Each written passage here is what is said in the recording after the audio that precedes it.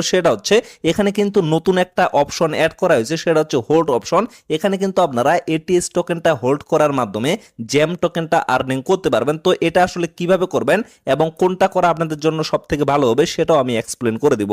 তো at first আমি চলে আসি তাদের P2P মার্কেটে। তো এই জায়গায় যদি আপনারা লক্ষ্য করেন, বর্তমানে কিন্তু এক একটা এটিএস টোকেনের প্রাইস মোটামুটি 21 সেন্ট চলতেছে। কয়েকদিন আগে কিন্তু এটা আরো বেশি আপে ছিল, এটা কিন্তু মোটামুটি 26 সেন্টে গেছিল এক একটা এটিএস টোকেন। তার মানে বিষয়টা বুঝে দেখেন, এটা কিন্তু একটা P2P মার্কেট। এখানে কিন্তু এটিএস টোকেনের প্রাইস অনেকটা আপে চলে গেছে। আসলে এখানে কিন্তু আপে যাওয়ার কিছু কারণ আছে, সেই কারণগুলো হচ্ছে বর্তমানে কিন্তু এখানে আপনারা এটিএস টোকেনটা ডিপোজিট করতে পারবেন না।